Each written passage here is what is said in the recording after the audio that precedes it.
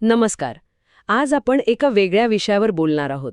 महाराष्ट्राच्या ग्रामीण भागातली एक परंपरा, चिखलगुट्टा शर्यत. नमस्कार. हो, चिखलगुट्टा नाव ऐकूनच एक वेगळं चित्र डोळ्यासमोर उभं राहतं. अगदी.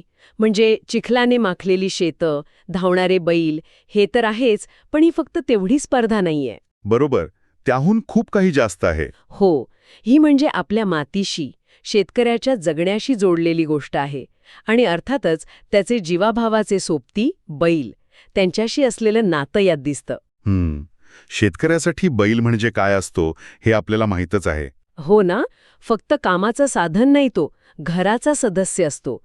त्याचा अभिमान असतो शेतकऱ्याला. अगदी. त्याची काळजी पण तशीच घेतली जाते, मुलांसारखी. आणि याच बैलांचा जोर, त्यांची ताकद, शेतकऱ्याचा विश्वास, या सगळ्याचं प्रतीक म्हणजे ही चिखलगुट्टा शर्यत. बरोबर. आज आपण चिखलगुट्टा शर्यत, महाराष्ट्राची माती आणि बैलांचा उत्सव, या माहितीवर आधारित बोलणार आहोत.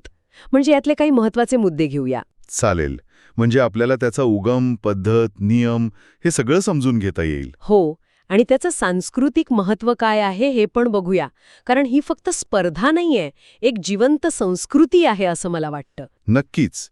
चला तर मग बघूया काय आहे हा चिखलातला थरार. सुरुवात करूया अगदी बेसिक गोष्टीपासून. चिखलगुट्टा म्हणजे नक्की काय?